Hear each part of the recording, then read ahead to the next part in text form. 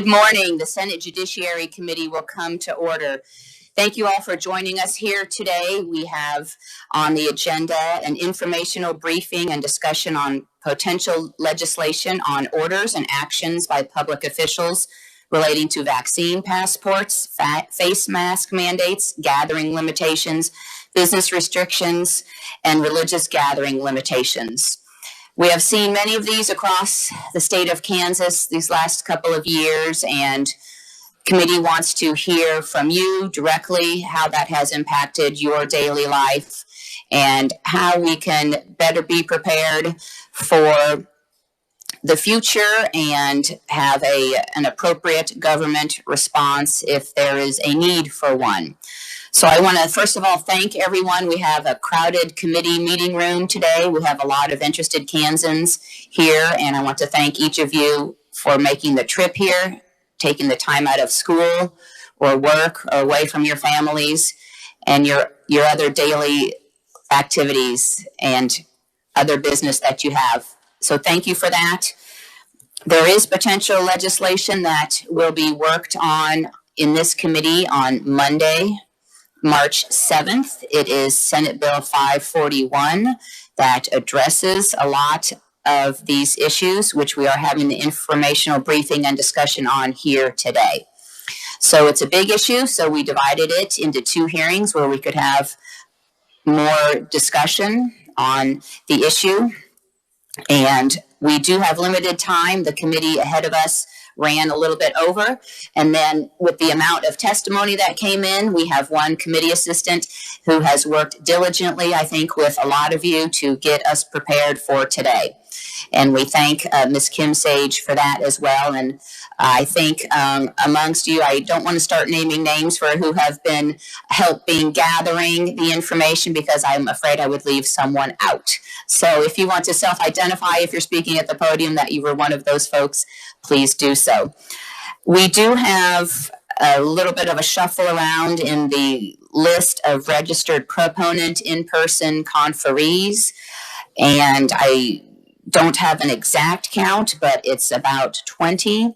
We have a little bit over an hour left in committee. This committee has a longer designated meeting time because it's the Judiciary Committee and we address a lot of big issues in committee, from constitutional amendments to issues like this. So we will do our best to divide the time in the time we have left that gives everyone the most opportunity to share their thoughts. So with that, I will stop sharing my thoughts and we will hear directly from you. I'm going to have a timer here. We will have each person give 3 minutes. If you speak less than 3 minutes, I will do my best to give your time to the next conferee so that we can hear from you as much as possible. I would be happy to stay and meet with any of you or all of you afterwards. I would welcome that opportunity because you traveled here to talk to your legislature. So with that, I want to also remind folks that the hearing on Monday is at the same time, 10:30, in the same committee meeting room here at 346 South. So with that, we will invite our first proponent, conferee, Monica Bean. I'm sorry if I mispronounced that, but and I will ask each of you to please introduce yourself when you're at the microphone, and welcome to committee. And we'll need to also push that button so that those following online can hear, and I will try to give a 1-minute warning when we're close. Thank you. Okay. Good morning, Senator Warren and committee members. My name is Monica Bean. I'm a teacher from Atchison, Kansas. Thank you for the opportunity to share my story. I hope you read the lengthy testimony I have provided, as I will attempt to just highlight the main points. I've been a teacher at Atchison Public Schools for 19 years. I especially love working with our most at-risk students. I'm a good teacher, but even better relationship builder. Prior to this year, I haven't had a single infraction or even a negative encounter. Although the mission of Atchison Public Schools includes the words, "remove all barriers," the school board has consistently made decisions that added barriers and impeded the success of students. Students talk to me daily about their stress from shutdowns, changing mandates, mask wearing, and quarantine, and question the rationale behind the decisions being made. They are struggling more with their learning, social interactions, and ambition due to the overarching decisions made by the school board that went beyond their scope of responsibility and authority. Students and staff have been lied to by administrators, and we've witnessed many inconsistencies, including adults not wearing their masks at school board meetings, teacher trainings, and assemblies. Vaccinated teachers were given 5 days of paid COVID leave, while unvaccinated teachers had to use personal sick time. A maskless parent was removed and banned from the premises at a basketball game, but 4 days prior at a wrestling match in the same school facility, there was not a mask in sight. Contact tracing was occurring daily. Dozens of healthy students were sent home for up to 14 days and never contracted the virus. Vaccinated students have a whole different set of rules than unvaccinated. And when the mask mandate was finally lifted, a new arbitrary rule took its place. At the beginning of the school year, the Atchison School Board enacted a mask mandate based upon the recommendations of former school board member and current state representative John Epley, even though there were no mandates at the state or local level or even surrounding schools. Our board promised to lift it when it was safe enough to do so. School board members bullied students and overstepped boundaries when enforcing this mandate. For example, a school board member attempted to use his power to have a private event canceled. Another school board member sought to quarantine every student who attended this private event. And athletes were threatened with quarantine and forfeiting their sports seasons if they attended this event. After this incident, I began paying close attention to what was going on in my district, and I began sharing my thoughts about masks and inconsistencies on my personal social media. One of those posts questioned an op-ed penned by John Epley that was published in the local newspaper. This was the beginning of the retaliation, harassment, and bullying against me. I am fearful of continued retaliation, including not being offered a teaching contract for next year. I know that many teachers feel the same as me, but are too scared to speak up. And after what I've experienced, I can't blame them. Thank you for your time this morning, and I hope that you will work to eliminate the school board's overreach and consider restrictions to the scope and depth of power when there is a pandemic or national emergency. Their overreaching infringed upon the rights of parents, teachers, and students, and will likely cost me my job. The impacts of their decisions are far-reaching and long-term. Thank you. Thank you. Next, we will invite Adam Dirks to the podium. I think we have that name wrong, that first name.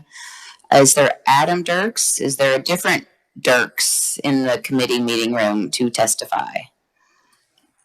Adam Dirks is the name we have on the list. We will skip over and ask Angela Gantzer to the podium. Please introduce yourself and welcome to committee.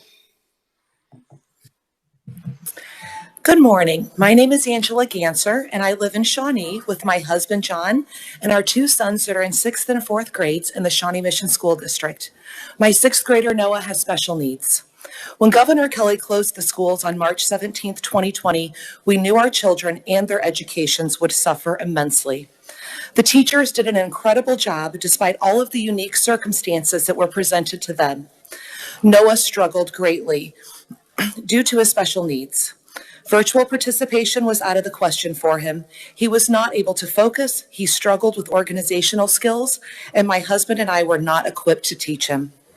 We soon learned all students were to be virtual again in the fall of 2020. However, due to Noah's IEP, he was able to attend in person. At the time, we thought this was fantastic news, but John and I quickly realized how different a school day would look for Noah and just how much he was struggling. Though he had amazing support, he was the only child in the school. Noah had lunch with adults, played at recess by himself, and asked every day when his friends were coming back. Noah was so distraught about this new version of school that he ran after my car crying and begging me to take him home. I watched the administrative assistant help him inside the building. Noah never should have been the only student in the school. The schools never should have been closed. In October of 2020, we were elated when all elementary students were allowed to return to in-person learning. It had been over 2 months of Noah learning by himself at school all day long. As happy as we were about the return to school for our students, we were deeply distraught that our children would be forced to mask all day, every day, no matter if they were inside or outside. We had a mask exemption for for Noah, and Luke received one in May of 2021, as we were informed he would be required to wear a mask outside in the 85-degree heat if he wanted to participate in field day. The quarantines that the schools mandated were absurd.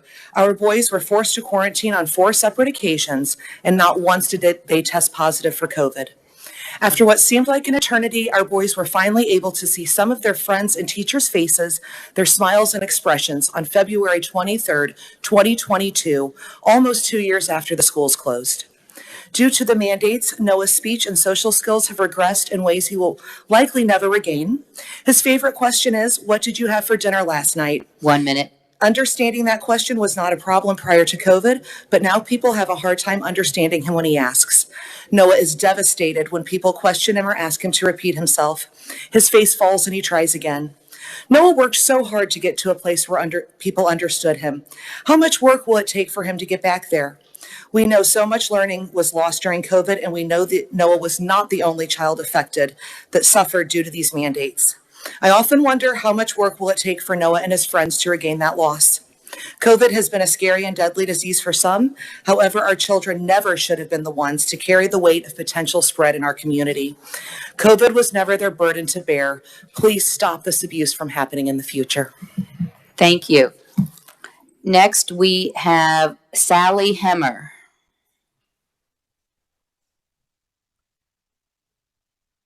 Please introduce yourself and welcome to committee. Good morning. My name is Sally Roth-Hemmer. Happy to be here today. My father used to be a Kansas State legislator. My mother, a lifelong educator. I hold both of those careers in high esteem. They are thankless jobs with a lot of demanding constituents for very little pay. I am grateful there are people willing to stand up and fill these vital roles. Thank you for your work on behalf of Kansans. Today, I'm coming to you as a parent. I also represent a large group of parents who can't speak for fear of losing their jobs or having their children mistreated, which should sober everyone in this room. In Salina, the USD 305 Board of Education has mandated masks until just 2 weeks ago, making them one of the last districts in the nation to mandate forced face coverings on children. What makes this even more extreme is that Saline County has not had a mask mandate for almost a year. This decision, so outside the norm for our small community, caused a tidal wave of tension and divisiveness as parents saw their school board members, district staff, county health department director, hospital administration, doctors, teachers, neighbors not only go about their daily lives without masks, they also attended parties, bars, packed sporting events. They had galas, fundraisers, concerts, huge New Year's Eve bashes. You name it, Salina not only had it, but reveled in it, and all unmasked, while our children needlessly suffered daily. As a parent, we had every right to be furious. We saw our children suffer with speech delays, learning regressions, anxiety, and depression. They came home in wet and dirty masks. Their teachers, once the smiling, happy to see them ally in public education, were now the compelled mask enforcer, constantly telling them to cover their faces. As we eventually learned, USD 305 Board of Education had been meeting in secret with a small group of medical professionals and administrators, making decisions on health and safety for our children while completely disregarding it in their private lives. No parent was asked for their thoughts. No parent was invited to these meetings. USD 305 also segregated elementary-aged children with mask exemptions as young as 5, separating them from their classmates, made to stand by themselves, sit at the back of the room, and the last in every line. I was in my child's classroom for a holiday party. The children laughed, wiggled around from activity to activity, enjoying snacks and playing games. A child with a mask exemption stood quietly by the coat rack, staring at his shoes,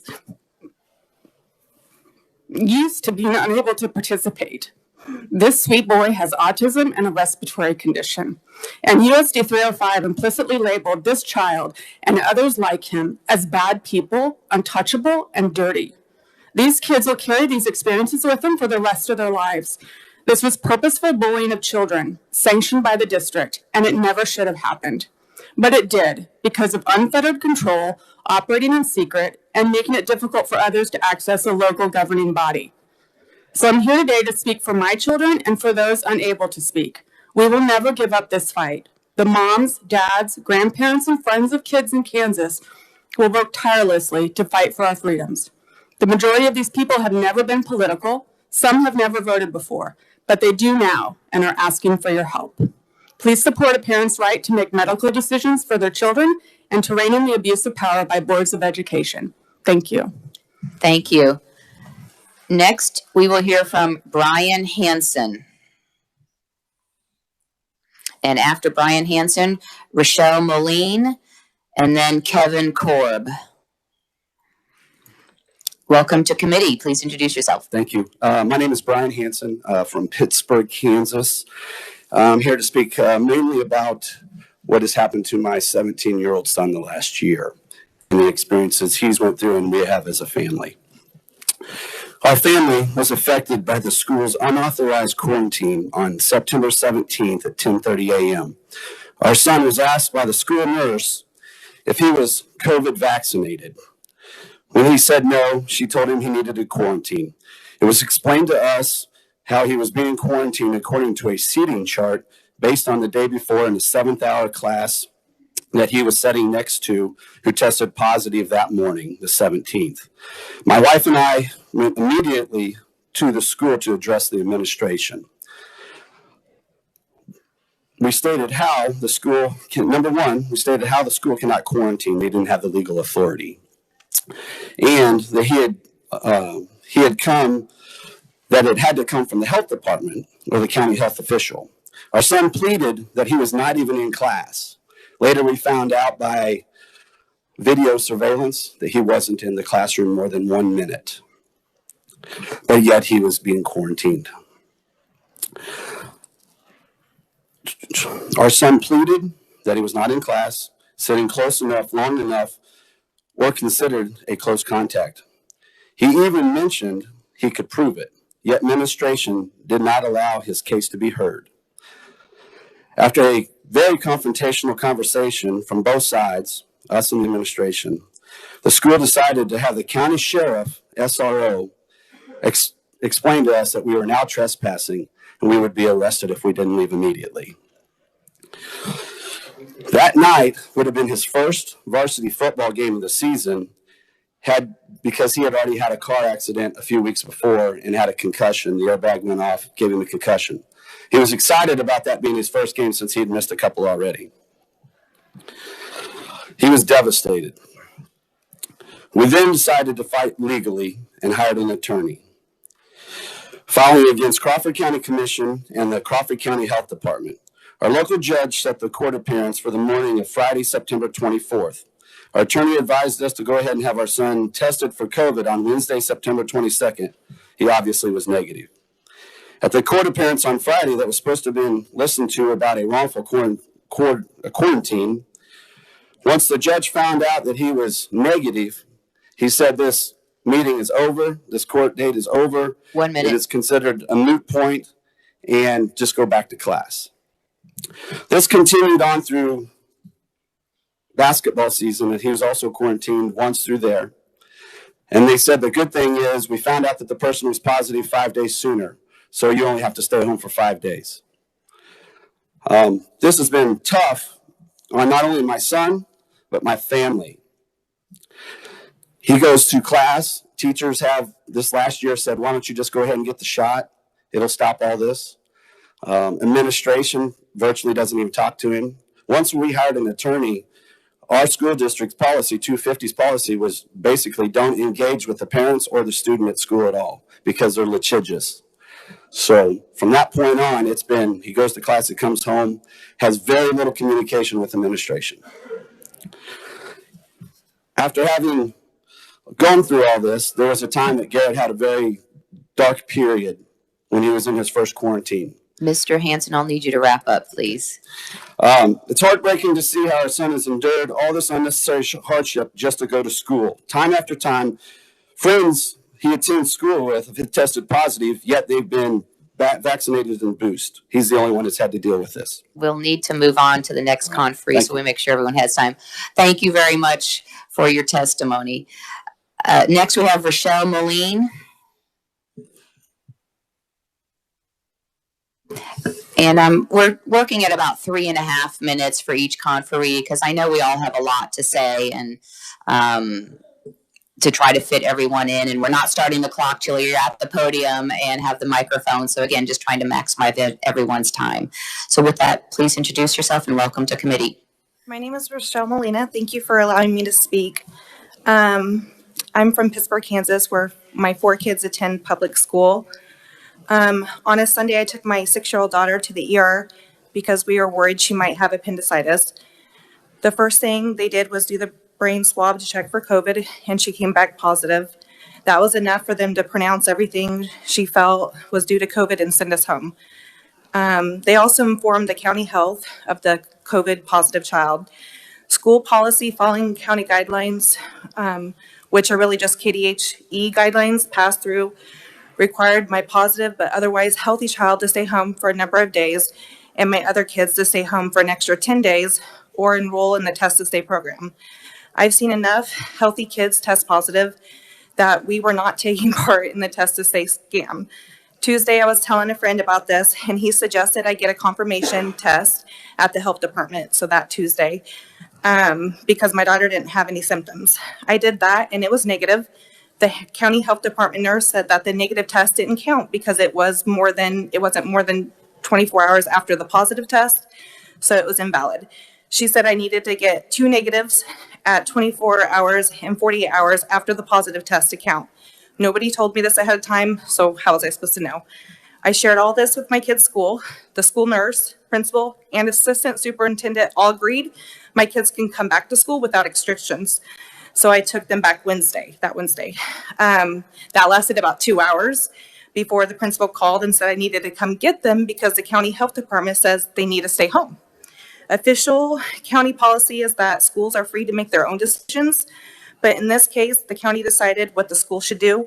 It turns out that the county is no longer issuing official quarantine orders, but is working with all schools to keep a shared quarantine list of students that are unofficially quarantined.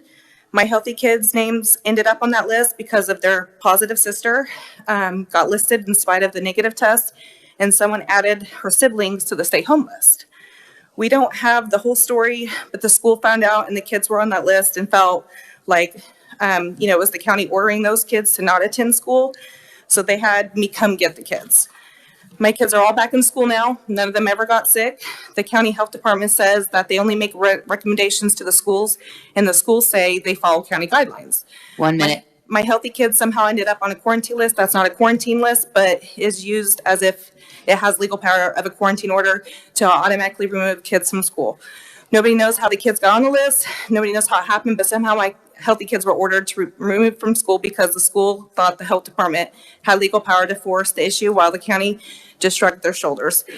After this was over, I met with the county health officer. She said kids typically clear the virus very quickly, so it's not unheard of for a kid to test positive, then be virus-free 2 days later. If that's true, the kids are not contagious after that, so the negative test should have been accepted as valid. Instead, my healthy kids were excluded from school. She agreed that for the vast majority of cases, a person is not contagious unless they have symptoms. Knowing all this, why on earth are we still locking people down for long periods of time based on maybes and questionable tests instead of symptoms? It's almost like the public health people can't let go of the idea that everyone's a super spreader, so we need to lock down anyone that might have the slightest chance of getting COVID. Even worse, now our county health department is recommending a mandatory 7-day isolation period for anyone. That's 3.5 minutes.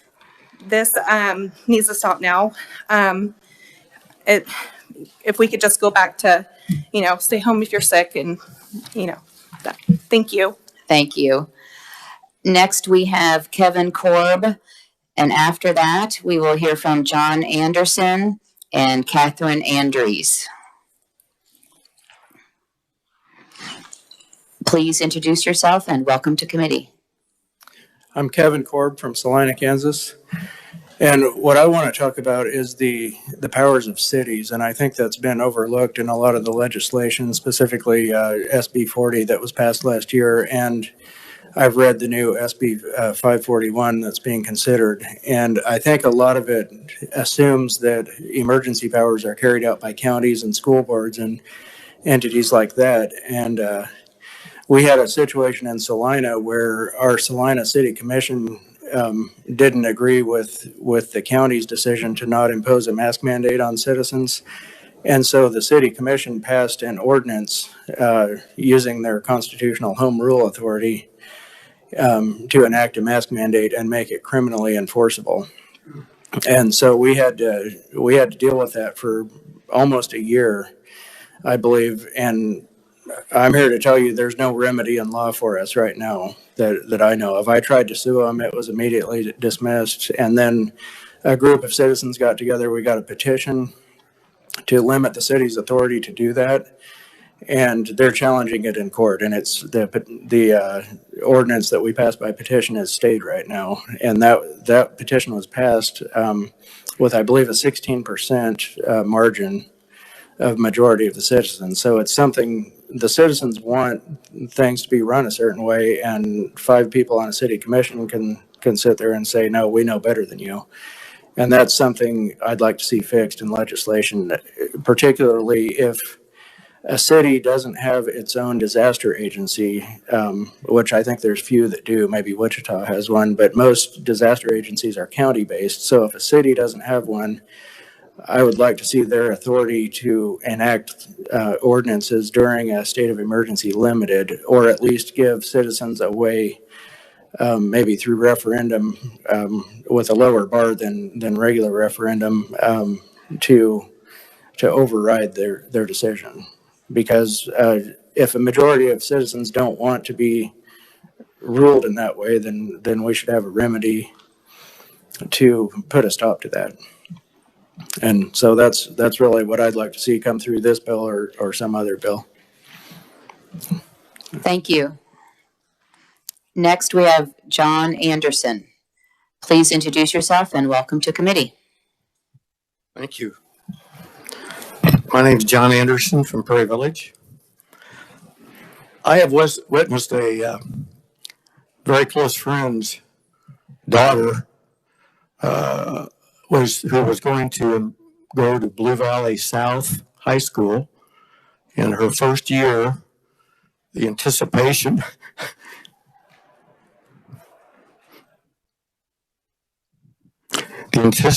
she had for meeting new friends, and as an accomplished flute player, she was looking forward to being in the school orchestra. With the school board closing the schools, that went to online learning. Mary's anticipation and excitement quickly turned into disappointment and depression.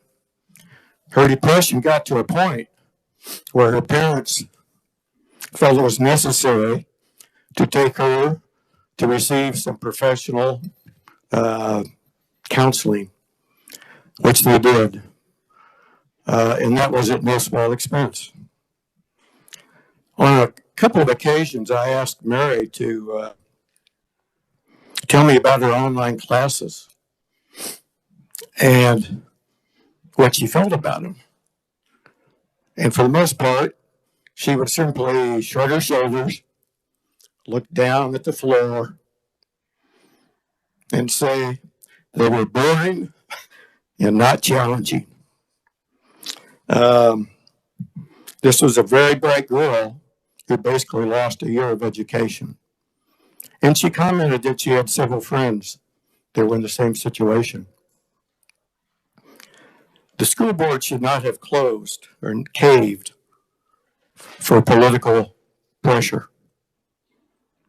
We are simply looking out for what's best for the kids was their caring reply to the media and the parents.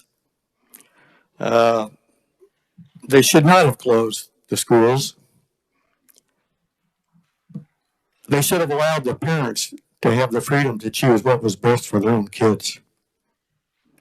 If that would have happened, in this case, Mary would have experienced the anticipation and the excitement 1 minute. of her first year, and instead of losing a year of learning that'll probably never be recovered. Thank you. Thank you. Next, we have Catherine Andrews, and then Shara Collins, and then Debbie Detmer. So please introduce yourself and welcome to committee. Good morning. I'm Catherine Andrews from Shawnee, and I am a proponent to stop the government overreach. I've been negatively impacted by the COVID mandates in many ways. I'm a teacher, and up until December, I had 2 different school districts where I taught, until one of the districts decided that they were going to enforce vaccines or weekly testing, which I refused. So I still have the other district where I teach at, but I have the fear of how long it will take them to decide to issue mandates as well. My 15-year-old daughter has also suffered. She was an A student until her school closed and went online. She went from loving school to absolutely hating it with her grades dropping. Then she also suffered wearing the mask. I remember one day she sent me a text saying she was on the verge of an anxiety breakdown because she was having trouble breathing and didn't know what to do. And I felt so helpless. She's also a cheerleader, and she had to go through all her cheer tryouts wearing a mask and would come home with a headache because she couldn't breathe. So the mask, the vaccines, the PCR testing, and vaccine passports have nothing to do with health, because countless studies have shown the masks do not work, the vaccines do not prevent transmission, nor do they prevent you from getting COVID. The PCR tests yield false positives and negatives. So if the mandates don't improve health outcomes, what are they really about? I would urge you to connect the dots, and you'll clearly see that the technocrats are behind these mandates. This is about a technocratic takeover of every aspect of our lives. Technocracy is a system which believes we should be controlled by science, technology, engineering, and academia. They demand the activity of every citizen be continually controlled and surveilled, and that is what is happening. Politicians, just like we the people, are going to become slaves if this technological nightmare happens. But we can stop this, and it begins by stopping the mandates. When we think of technocracy, we usually think of Silicon Valley, but we also need to remember the 2 big players, BlackRock and Vanguard. These are 2 asset managers, and they're also among the top 3 shareholders of COVID vaccine makers, Pfizer, Moderna, and Johnson & Johnson. The combined BlackRock and Vanguard global assets are $15 trillion. They have extreme power. They're behind these vaccine certificates, as well as the UN. You can read the Sustainable Development Goal 16.9, which is the gateway for vaccine passports and full digital identity for everybody on the planet. The interesting thing is 1 minute. BlackRock and Vanguard also have ownership stakes in technology companies that are making these vaccine passports. They are Apple, MasterCard, Oracle, and the Thales Group. The other interesting thing is that BlackRock and Vanguard are among the top stockholders in most of these companies mandating vaccines. Here are some of them: AstraZeneca, AT&T, Blackstone, Capital One, Chevron, Citigroup, Deloitte, CVS Health. So if we want to understand why all these mandates are happening, these are these 2 powerful asset managers that are affecting all these companies down to schools and so forth. So in closing, I would urge you all to read the book, The Real Anthony Fauci, so we can get the big picture of technocracy takeover that is happening. Thank you. Thank you. I wanted to inform everyone that the hearing today is being recorded, so you can find it on YouTube if you want to go back and reference any testimony, and it will be available for the public to view as well while we're also live streaming right now. So with that, then we will invite Shara Collins. Please introduce yourself and welcome to committee. Thank you. Good morning. I'm Shara Collins from Overland Park. I submitted my testimony and it was the wrong one. It was at 5 o'clock late on Monday night. So I'll resubmit what I've got today. It's similar. I just didn't do my editing. Okay, the government overreach must stop now. For almost 2 years, our county and state have been through absolute hell, but we still continue to fight for our rights that are inherent to us. Our rights have been chipped away over the years, while the average hardworking Kansas went to work, we raised our kids, actively participated in life, and trusted those officials that we voted into public office to do the job that we elected them to serve the people. I'm not here to ask you to write any more legislation to protect our health. I'm here to tell you that you have zero authority to make any decisions on my personal health. You've taken an oath to uphold the United States Constitution and the Kansas Constitution. My suggestion is that you read it and understand it. It's really clear. Here's a few facts. Our governor shut down Kansas in March of 2021. 32% of Kansas small business closed or filed for bankruptcy. The governor's executive order in March of 2020 laid down strict mandates on our state, yet exempted the legislature from these orders. COVID actually cured influenza A and B. Shocking. The COVID-19 so-called vaccinations are in fact experimental and currently in phase 3 trials, which do not end until 2023. So far, the experimental bioengineered gene editing jabs have killed 28,000 people, have caused over 1 million serious adverse reactions, and it's all located on the CDC VAERS reporting site. Any doctor, nurse, or government official working in public health knew this. I was just following orders will not suffice. PCR tests were not developed to test for COVID-19. PCR tests are cycled up to provide false positives and create mass hysteria. The Q-tips that are being shoved into people's brain cavities for DNA collection and sent to third-party databases. Masks are proven not to work. Parents' rights have been ignored and stripped away. Our children have been forced to wear masks, are being discriminated against, and are being taught CRT in public schools. Kansas accepted billions of dollars in federal grant money with contracts that violate multiple basic civil rights, and they knowingly entered into these contracts. Last year, on July 2nd, Randy Watson, Commissioner of Kansas Department of Education, knowingly in writing and in the signed contract, accepted the ESSER grant money. In exchange, he subjected our children to mandates that violate Title VI of the Civil Rights Act of 1964. The Kansas Corporation de facto government has no jurisdiction over me and has grossly overstepped their jurisdictional boundaries. The Kansas Corporation de facto statutes, policies, ordinances, rules, regulations, and procedures do not apply to people under common law when they usurp our Constitution. I'm politely telling you to notify all legislation regarding any kind of regulations over my body and my personal medical choices. All political power is inherent in the people, and all free governments are founded on their authority and instituted for their equal protection and benefit. One final thing, no vaccine passports, no digital IDs, no universal banking digital ID pass under any circumstances ever, period, end of story. Thank you. Thank you. Next, Debbie Detmer, and then Alex Dwyer. And I think someone is going to read Sabrina Hardy's testimony, and then Tanis Janke would be next. So with that, welcome to committee. Please introduce yourself. Hi, I'm Debbie Detmer from Shawnee, Kansas. And Make sure you speak into the microphone so those following along can hear. Thank you. Well, can you hear me now? Okay.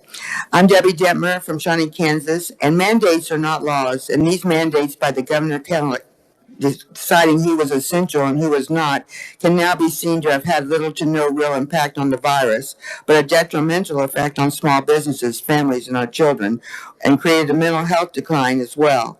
The power was then given to the Johnson County Commissioners, which was just as detrimental for us.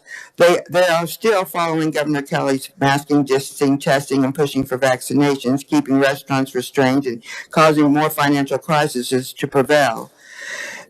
Our Johnson County Commissioners, not illegally, but with no authority over the school decisions, continued to give cover to the school boards, keeping our 5 to 12-year-olds masked.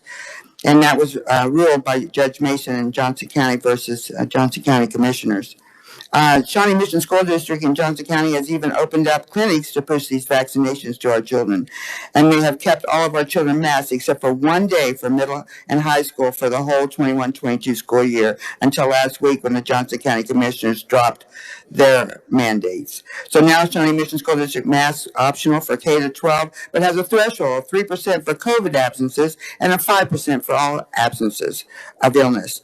This shows that masking is for the SR money, not the priority, is the priority and not the virus itself. So no mandates on our children and Kansans ever again. Randy Watson, the Commissioner of Education with KDSC, has no authority to enter into a financial agreement with the U.S. Department of Education, Miguel Cardona, and agree to violate our Bills of Rights and our U.S. Constitution in Kansas for the monetary federal money in the SR funds 1, 2, and 3. And his own safety reopening K-12 guidance book goes far beyond violations of our civil rights. He needs to be punished. You will be out of session, so these concerns have to be addressed now so we don't have to call you back in. The CDC is affiliated with the pharmaceutical companies, and the recommendations cannot be what our hospitals and our schools decide to look at as our laws. The only way to handle it, the only way to be handled for their emergencies. They are recommendations, and one size fits all does not work. There has to be roundtables, discussions from a wide variety of doctors, specialists, not just the elite few, with both sides of all issues being discussed and sharing of information. Our doctor-patient relationship has to remain the priority without retaliation from the healing arts. Our constitutional rights have to be protected with the final decision of any medical device usage or chemical put in our body. And there is treatments out there, guys, if you get sick. And we have to protect our children now. No mandates for masking or testing or COVID vaccination on our preschoolers, our daycares, to start school here in 22-23 and the school year forever. I have an amendment, and I'd like to add to SB 541, wherever the word school appears, to include preschools and daycares, and wherever the vaccinations and masking appears, to also add testing. We need to always be governed by law, guys. That's never by political fear and greed. Thank you. Thank you. Appreciate that from all of you. Next, Alex Dwyer. Please introduce yourself and welcome to committee. Good morning, everybody. My name is Alex Dwyer. I'm a lifelong Kansan, a full-time Kansas worker, and a master's candidate at the University of Missouri, Kansas City. Like many, I take great pride in having lived my entire life here in the state of Kansas. And one day, I wish to raise a family here. Kansas is my home. And what you determine in this room today and over the rest of the session will be my future. I know that I don't only speak for myself, but for thousands of other Kansans as well when I say that I am concerned. In the past 2 years, we have seen government and corporate institutions use the guise of emergencies and public health to strip away the rights of citizens and our workers. We've seen schools shut down. We've seen churches shut down. We've seen businesses shut down. We've seen workers fired from their jobs. We've seen unscientifically backed measures for safety, lastly, only being enforced on our least vulnerable, most impressionable, and most crucial population, our children. These events that have transpired can never happen again. I stand here today to urge you to take two positions going forward. Number one, do not allow the precedent that companies have the right to discriminate against potential and current workers based on their medical information. Since last year, thousands of Kansans have been forced to either get the COVID-19 vaccine by their employers or lose their job. Not only should risk of being fired never be a factor when determining whether or not to get a medical procedure, but subjecting them to adverse employment action and coercing them to release their medical information should not be allowed. The legislature must take swift action to stop corporations from discriminating against Kansas workers. Number two, restrict and clearly define what constitutes a state of emergency and the powers that can be granted to municipalities proportionally.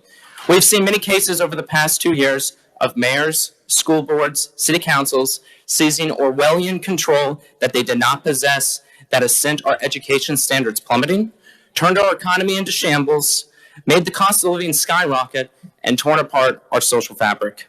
I urge the legislature to take real, tangible actions to stop government overreach, to prevent tyrannical rule from being allowed to thrive in cities across our state under loosely defined emergency powers. While the Omicron variant signals the end of COVID, 1 minute. and some of the restrictions are finally being lifted, we cannot forget the assaults on our freedoms that have taken place over the past 2 years. The legislator must act on legislation to prevent our freedoms from being stripped away. Our freedoms are not bargaining chips. Our freedoms are bestowed upon us by God and codified in our Constitution. I urge you to place HB 2498, HB 2280, and SB 466 on the floor to be voted upon, passed, and sent to the governor's desk. I understand that you will have many special interest groups telling you to strike down the actions we wish you to take. I understand that corporate donors and lobbying groups will threaten you with primaries and other adverse actions. And I say to each and every single one of you, if you decide to stand with us, the people, we will stand for you. You do not have to fear the corporate class and the lobbying groups anymore, for we, the people, are with you. We, the people, will stand with you, and we, the people, will remember your action. Thank you. God bless, and God bless the state of Kansas. Thank you. That's enough. Thank you. With that, then we will hear from Sabrina Hardy, who has signed up to be in person. Whoops, I'm sorry. Thank you. Sabrina Hardy had signed up to be in person. We have the written testimony from her. You're welcome to read it, or the committee has it. It will be online as well, or we could have, it's okay, great. We'll do about 3.5 minutes then, and this is testimony from Sabrina Hardy. And there we go. Thank you, and please introduce yourself again, and welcome back to committee. I'm Catherine Andrews from Shawnee. I'm reading the testimony for Sabrina Hardy. Dear committee members, we've had our body autonomy stolen. Our children have been forced into masks, causing headaches, difficulty focusing, depression, and psychological issues caused by limiting a social species from interacting with each other freely. I personally have had 3 contacts with children they know who have committed suicide or attempted suicide. I personally knew 2 people who lost their lives after taking the Pfizer shot from blood clotting and heart issues. They were in their 40s. I can't count the amount of small businesses in our city that went out of business because of mandatory shutdowns. We must protect our freedoms because government overreach has caused an insurmountable suffering in our state. Never again. Thank you. Next, Tanis Jenke. I'm sorry if I mispronounced your last name, but you'll correct me. When you please introduce yourself, and welcome to committee. Hi, my name is Tanis Jenke. It's Juencke. It just looks strange. This is my son, Cameron Jenke. He's as well on the list that I've turned in. I kind of threw this together. I didn't know about this a lot ahead of time, so I'm just going to kind of read through this and add a few things. My husband and I work for a local school district. I am a 4th grade teacher in the surrounding Topeka area. We've faced a lot of pressure and outright discrimination due to the mask mandates that have been in place over the past couple of years, the lockdowns. Small local groups such as school boards and local health departments have put COVID quarantine rules in place that demonize unvaccinated people. At one point during this time, a vaccinated coworker could have exposure to someone who tested positive. They could stay at school unless they developed symptoms of COVID-19, while myself or an unvaccinated person had to quarantine right away, sometimes up to 20 days without being sick at all, with no symptoms whatsoever. They had to take their own sick leave. They also had to do their lesson plans. They also had to grade the papers when they got back. They weren't able to be there with their students, so that caused stress on the students as well. This doesn't even take into consideration if someone already had natural immunity because they've already had COVID-19 recently. It didn't matter. They didn't care. Understand that that doesn't mean you're sick at all. It just means that somebody that you were around for just a few minutes, maybe just in the same room but not next to, tested positive or was quarantined. So it was just a big domino effect over and over and over. The superintendent of my district, which I won't mention, literally over and over told us that it was a benefit to be vaccinated in our district and all the benefits that you would receive. What it was and what it is outright discrimination. Not to mention the mask mandates that we're still dealing with. Let's understand that the masks do not stop viruses. Despite this, I and my students have been forced to live in them at school. As an elementary school teacher that's worked through the pandemic, watching this, what this has done to school staff, students, families, from the lockdowns to the mandates, children's social, emotional health has been greatly affected. I'm going to skip down just because I have a minute left. Just the emotional frustration, the distress, the fatigue that's happening in the classroom. We're wearing masks, but we're all in the same room all day long. We're breathing the same air. It's insane. This is my son. He's a Special Olympic athlete. This is a big part of what we plan for his future. He's 21 years old. And I understand Special Olympics is not a government entity, but I feel that the private organizations and companies are following what the government has done, and it's a trickle-down effect. He is supposed to go to the USA Games in June. He is now being discriminated against because they decided at the last minute that unvaccinated people cannot go. He's supposed to fly on a private jet to get there. He's supposed to stay on a Disney resort. He's supposed to play softball at the ESPN Center in Orlando, Florida. He's not going to be able to do that while all of his teammates do. This is just not right. It's not American. We can't be ruled by mandates. All of these things are already illegal. They're not legal. We need your help. We need you to stand up with us. Thank you. Thank you. Next, we will hear from Sonia Lund, and then Gary Morgan, and then Stephen Snitz. So with that, Sonia Lund. Not seeing her. Gary Morgan, and then Stephen Snitz and Carrie Ivy, and then we will go to WebEx Marie Taylor. So please introduce yourself and welcome to committee. Sorry, it caught me off guard there. I thought I had one more person. So I'm Gary Morgan from Shawnee. I am a proponent to stop government overreach and health mandates. And thank you, Madam Chair Warren and the Judiciary Committee for giving us this opportunity today. I'm also going to take you up on, certainly not for myself, but there are several people, wonderful people sitting behind me that I think is fair to say they represent hundreds, if not thousands of people.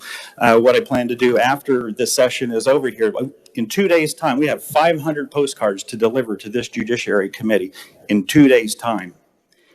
And we're coming, and to jump ahead a little bit, I loved Alex Dwyer's testimony about the election coming up. The people of Kansas are paying attention, all of us, and it's becoming very apparent what's going on. So with that, I'm going to jump in. What started as a 2 weeks to flatten the curve, we know now was a lie from the very beginning.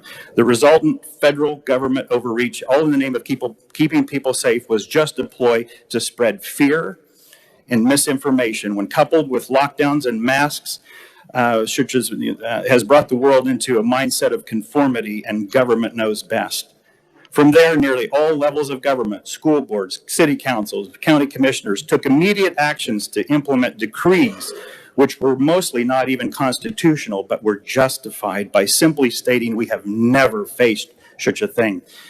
To quote Thomas Paine, the greatest tyrannies are always perpetuated in the name of the noblest causes. In the course of me being involved in so many things in my community, many of these are shared today. There's countless examples of children committing suicide. I've talked with parents, I've talked with loved ones of people that have had kids that have committed suicide, not to mention the learning disorders, mental illnesses, and the such. Also, I'm in contact with a lot of young folks, young mothers who have perhaps lost their jobs because of the government shutting down non-essential businesses. There's no such thing as a non-essential business. Also, I have many examples of people that took the gene therapy shots only to find themselves impacted by deteriorating health conditions. Most everyone I know who took the shots have since been sick with COVID-19 or other illnesses, which clearly prove these gene therapy shots were never a vaccine. For my own personal example, I provided a copy of what you all did last November to my New Jersey-based employer, and as a result, not only did I not have to get vaccinated, they pulled back on other employees perhaps having to get the shots as well. And as well, I told them I would not do the weekly testing, and I was not required to do it. So I stand here today as a proof of what you guys did last November has impacts, but we were promised a lot more, and that's what we're here to make sure that happens. I have also had two different illnesses that I've had the fortune of having the medications on hand to self-treat myself through a doctor's prescription, and I had a very short stint in both cases. However, the average Kansas person finds it very hard to get early treatment, and this must change.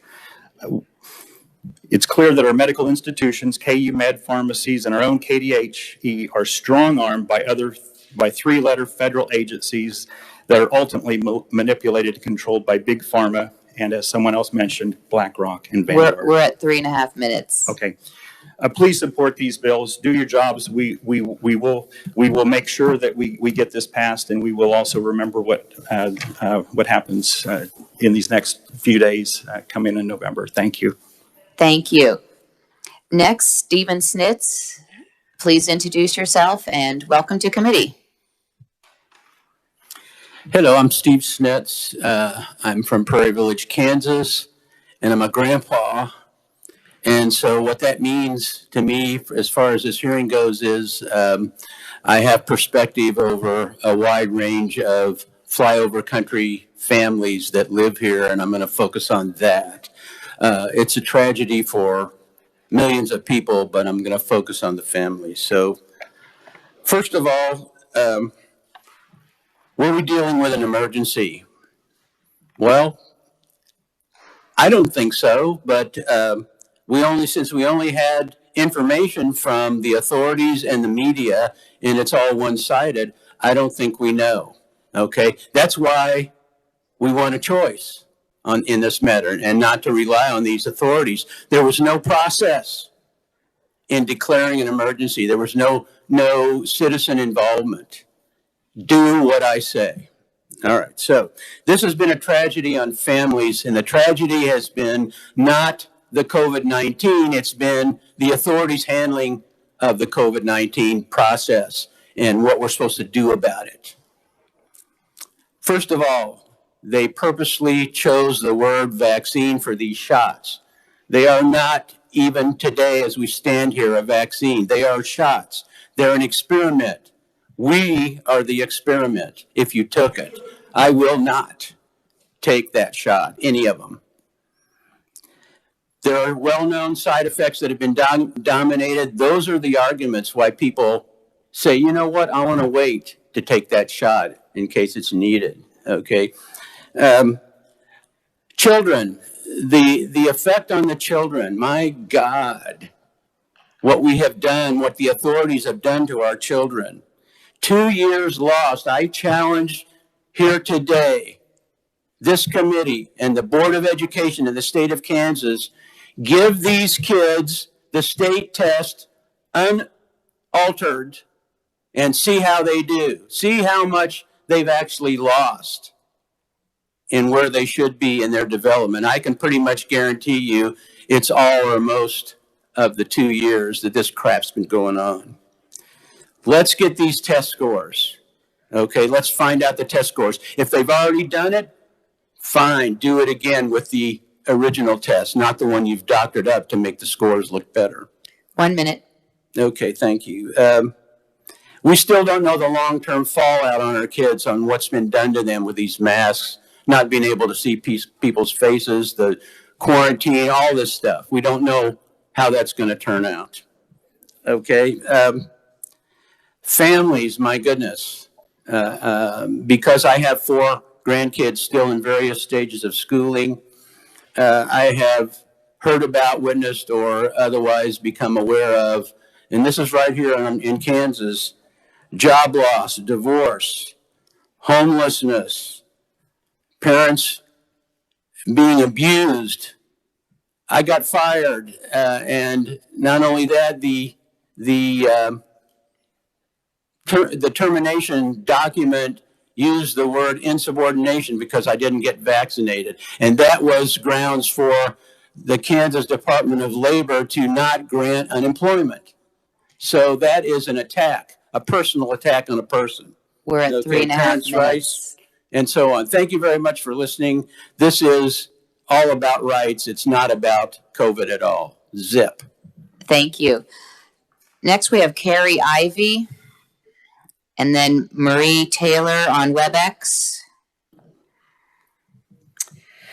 Good morning. My name is Carrie Ivy. I'm from Lenexa, Kansas. I am a former educator and a mother of 3 kids in the Shawnee Mission School District. I am in favor of the Senate Bill 541. I am asking that actions be made to set limitations on any mask, contact tracing, and vaccine mandates brought on by our local government and school boards. At the start of the COVID pandemic, I was scared and concerned, as many were. I have a severe autoimmune disorder, and because of this, I was very careful at first. This was my own health to worry about. Not once did I believe it was up to others to protect me. As time went on, we realized contraction would be inevitable. My kids especially were not at risk, and so we took our vitamins, ate healthy, prepared ourselves with treatment if needed, and would not live in fear. As a family, we decided to choose remote-only learning in 2020. Now, many would assume this was to help protect us from this virus, but in reality, we were protecting them from our state and school board's overreach of dictatorship. We were worried about what other mandates could be placed on them. We would not force our children to carry a burden that was not theirs to carry. We would not force them to wear a mask 7 hours a day, and we would not risk the mental, physical, or psychological repercussions these mandates may have stowed on our children. Not to mention the fact that after all this time, the CDC is finally admitting that masks that most kids have been wearing do not even stop the transmission of COVID-19. I have a child that suffers from ADHD and anxiety, another with hypersensitivity. Wearing a face mask all day in school would be absolutely debilitating for them, and we were never given this choice. These children were not considered when the government, BOCC, and BOE decided what was best for our kids. We have had nearly 2 years of this madness. 2 years of these children have suffered from these mandates. In 2001, my kids went back to in-person learning. We had hopes that things would be better. The mandates would be dropped. But it only took a few weeks into the school year until my children were forced to stay home for 3 whole weeks. Because of the county's contact tracing regulations, I was told my daughter needed to take a COVID test in order to stay in school. The first test was a false positive. She had a negative PCR test 2 hours later, 2 days after that, and 4 days after that. She was forced to miss 14 days of school. My other children were forced to miss an additional 5 days because they were never tested positive at all. They were told they may have been exposed, but no one was sick. These mandates must be stopped.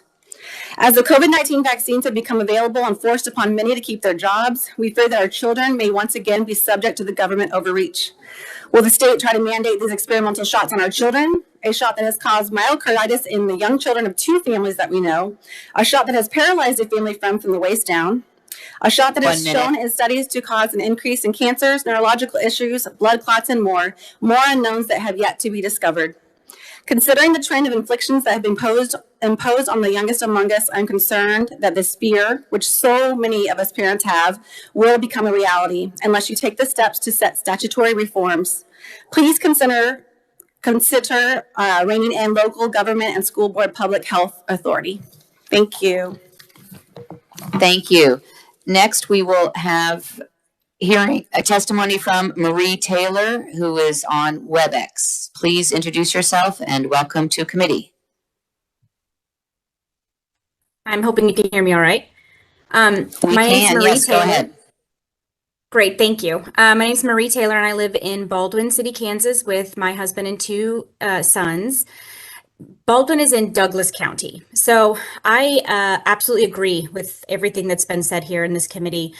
I agree that the majority of school boards need restrictions, and I implore you to pass legislation to do this. My story, however, today is more about a tyrannical county commissioners refusing to listen to reason, as well as their own county residents. They too need state legislation to limit their authority and ability to strip citizens of their health freedoms. The Douglas County Commissioners consistently went against their own guidelines and benchmarks, despite the huge number of county residents who presented facts, figures, evidence against a mask mandate. They stated multiple times that they just wanted to protect people, but they refused to act in any other way than their own personal and political bias, and were unable to hear what the masks were actually doing to people, especially to the children. The Douglas County mandate, which was only just released today, mind you, even overrode our school board, who in Baldwin City allowed masks to be optional. This meant that my son was restricted from receiving special needs services he needed from the public school. But it wasn't restricted by the school, but by the county because of this unreasonable county mask mandate. So while I petitioned and I appealed to the county commissioners and ultimately took legal action against them, they were relentless in persisting in their government overreach. The county courts protected their own and ruled against us parents who don't want the heavy hand of the county making medical decisions for us. So I'm now petitioning you to protect all Kansas citizens. Nobody should lose their right to choose which medical treatments that are right for them due to the heavy-handed mandates of the government, of any form of government. It is now the duty and responsibility of the state to protect the freedoms of the people of Kansas. We teach our children that Kansas is a free state. I implore you to pass legislation that will severely place limitations on mask and vaccine mandates and contract tracing, and to rein in the local governments and school board public health authority. Please write and pass good legislation to keep Kansas a free state. Thank you. Thank you. Are there any other proponent conferees who wanted to give testimony that are either here in the committee meeting room or on WebEx?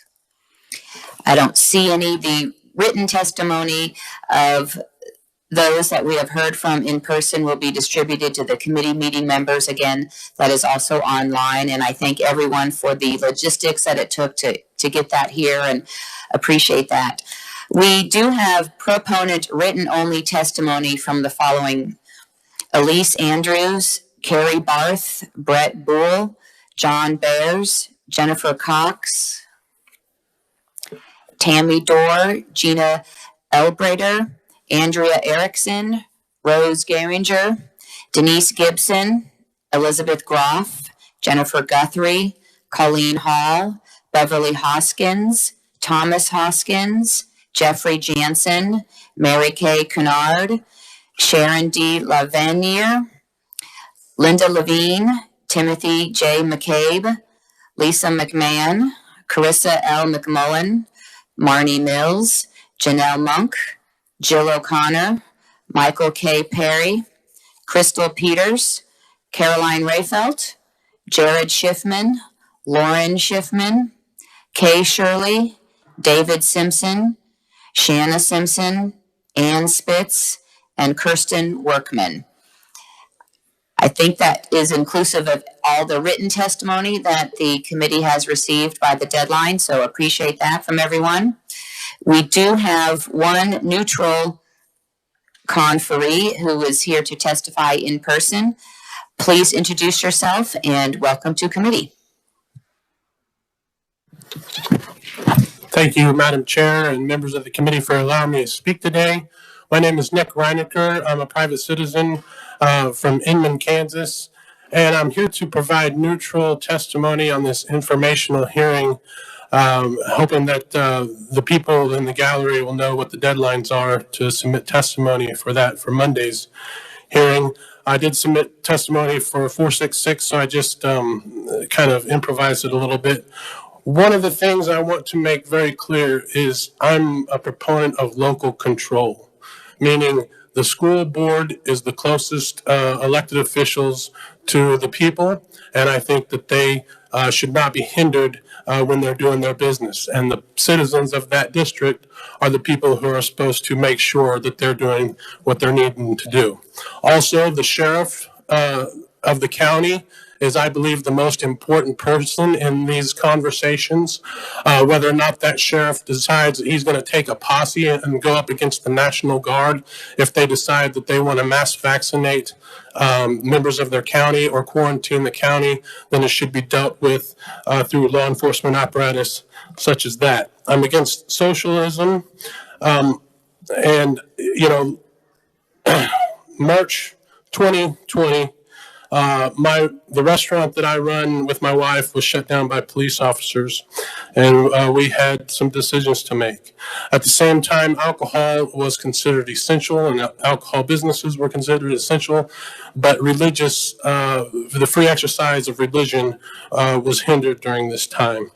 And when we did Senate Bill 14 last year, I said, I'm worried that the mental health, substance use disorder issues are going to happen. We had some issues with statutory speedy trial rights. I believe that the telehealth now is dominated by psychiatric issues that are padding pharmaceutical companies' pockets by giving people anti-anxiety medications and everything. And we've now taken the carrot stick of the ARPA money, which I think is very dangerous to the sovereignty of the state of Kansas. I'm not trying to diminish the virus threat to public health, but I ask this body and the legislature don't diminish the response threat that the responses happen because of this SARS-CoV-2. And I believe that this response in some ways have been a threat to public health and safety. 1 minute.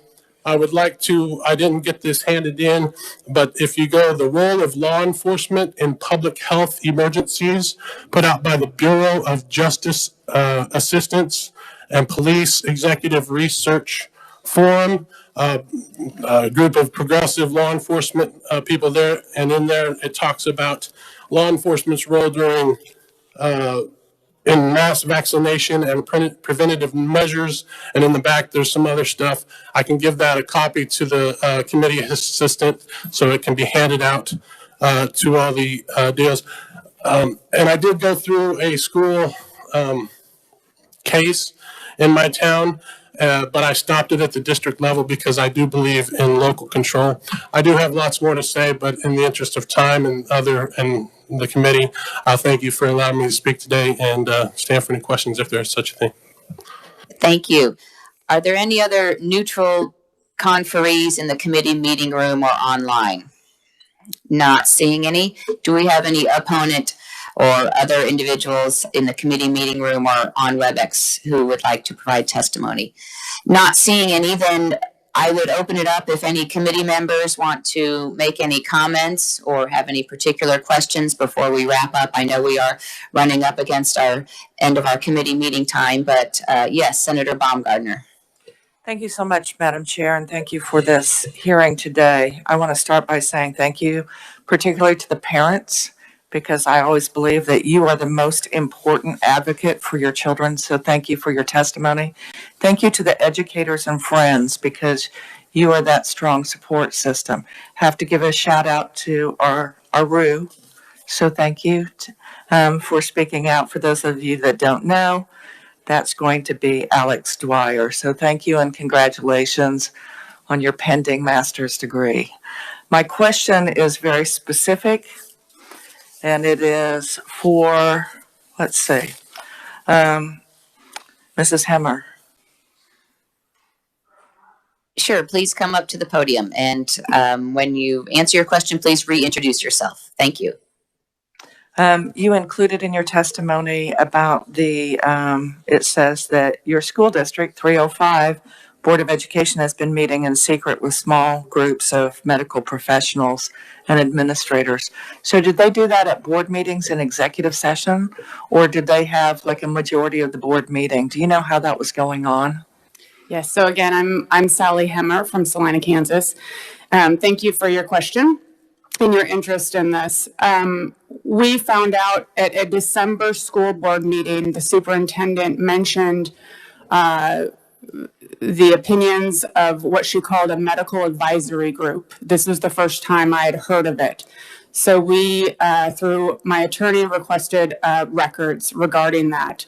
We were told, I can't remember the exact words for it, but they were not subject to the Open Meetings Act. But they said that they would graciously give us minutes from the meetings. So far, we have 3 sets of agendas and 3 sets of minutes. They took attendance, administrators were invited, board members attended, and then a group of medical professionals in Salina, Kansas attended. And they made decisions regarding our children. At one point, they even recommended goggles over the masks for our children. Madam Chair, I think that is an issue of concern that we should address. I think we do need to, if you would be able to provide those minutes and those attendance, because I am concerned that that is a breach of open meetings. I would be happy to. Thank you. I mean, the COMA law is pretty solid, and I would even challenge forming this special committee and it not being made public for a public institution such as a school district. And so I think that we do need to address that potential violation of Kansas law that's been in place for some time. So thank you for raising that issue to us. Thank you. Thank you. And COMA is an acronym for the Kansas Open Meetings Act. There is also KORA, Kansas Open Records Act, where in certain situations, the law requires it be an open meeting and the records be available upon request. So just wanted to clear that up. Senator Baumgardner, and then I believe Senator Gossage had a comment or question. Well, just as a follow-up, the fact that they took minutes, the fact that they took attendance, that smells like an open meeting to me. So thank you, Madam Chair. Thank you. Senator Gossage. Thank you, Madam Chair. And I know we're trying to, we've kind of run out of time with our committee.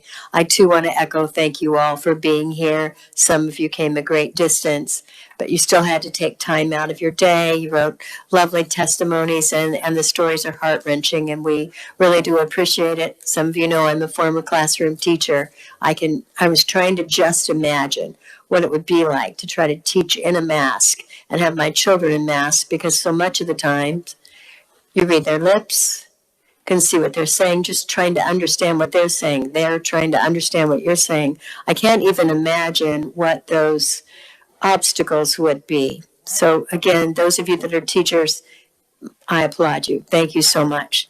My question, or actually a comment, is to Debbie Detmer. Is she still here? Thank you. And you had requested an amendment to this bill that we're working on. I just want to share with you, Senator Baumgardner and I were just visiting. We both serve on the Health Committee as well as on this committee, and sometimes those can cross over. And we both recall there was a bill that we were working on that said exactly what you were just talking about. No mandates for the preschool as well as the child care services.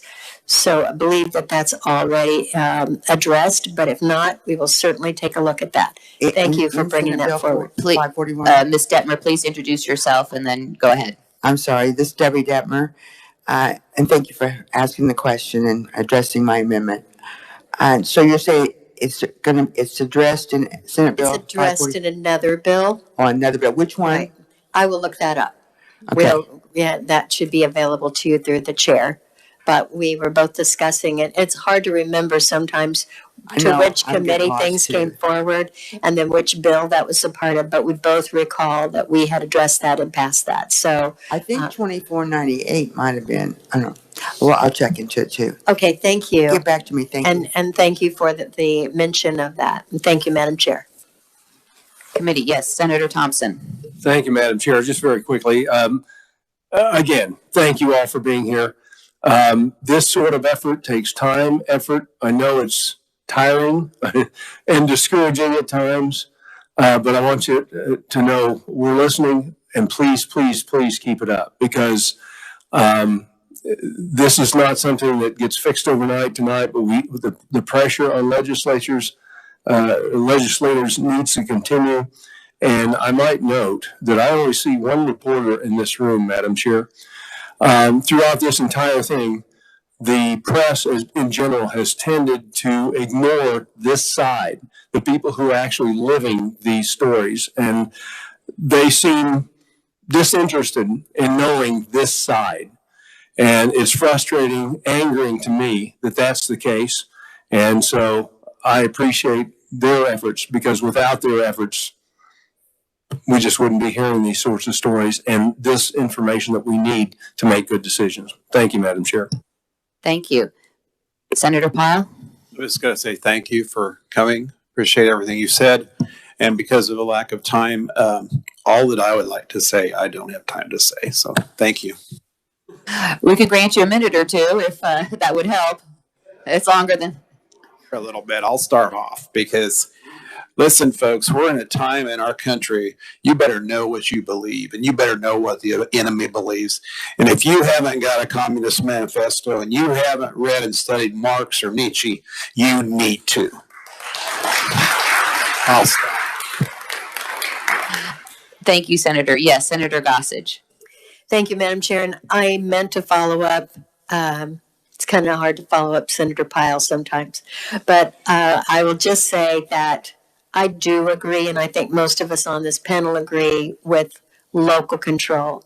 You do have a duly elected school board. I know sometimes it can be very frustrating when you feel like, but we have seen some transformation, have we not, on some school boards this past year during the election. I urge you to continue to work on that. We will do what we can at the state level, but urge you to continue to work at the local level. Thank you, Madam Chair. Thank you. Thank you, committee. And most of all, thank you again for being here. It was important to me personally to hear from you. I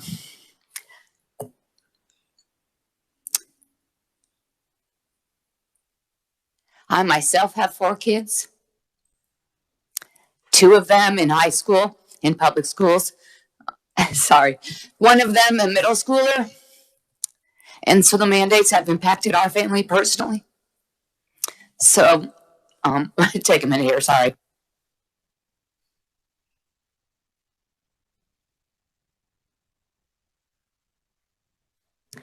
So it's important we stand up for our rights and for, like Senator Powell said, what's important to you.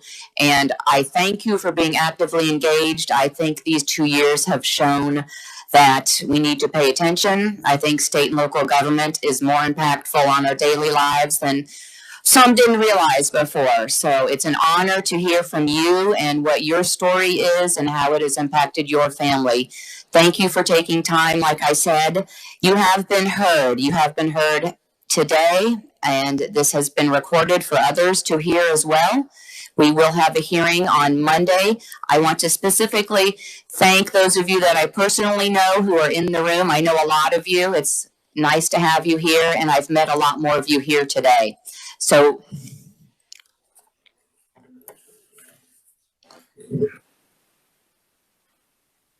apologize.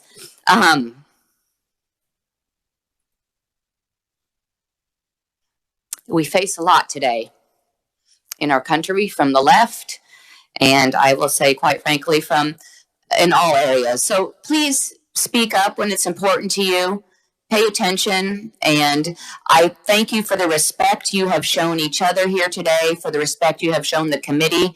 And we had 3.5 minutes each, and we did our best to stay on time and be respectful of your time and getting back to daily life. So this is an issue we will continue to look at on Monday. It's a quick turnaround to get your testimony in for Monday. If you would like to do so, please do so by 10:30 tomorrow. Our committee has a lot of work to do to get ready for that. And what you have said today will be remembered for Monday as well. So there is no need to resubmit your testimony from today for Monday. It will not be part of the official record for Monday because it doesn't address the bill number directly, but it is part of the record of this committee. And you can find your records online. You can access those documents. So thank you. You can tell this is an important issue to all of you. It is to me and to the members of this committee, and we will continue to look at that. Thank you, and we are adjourned.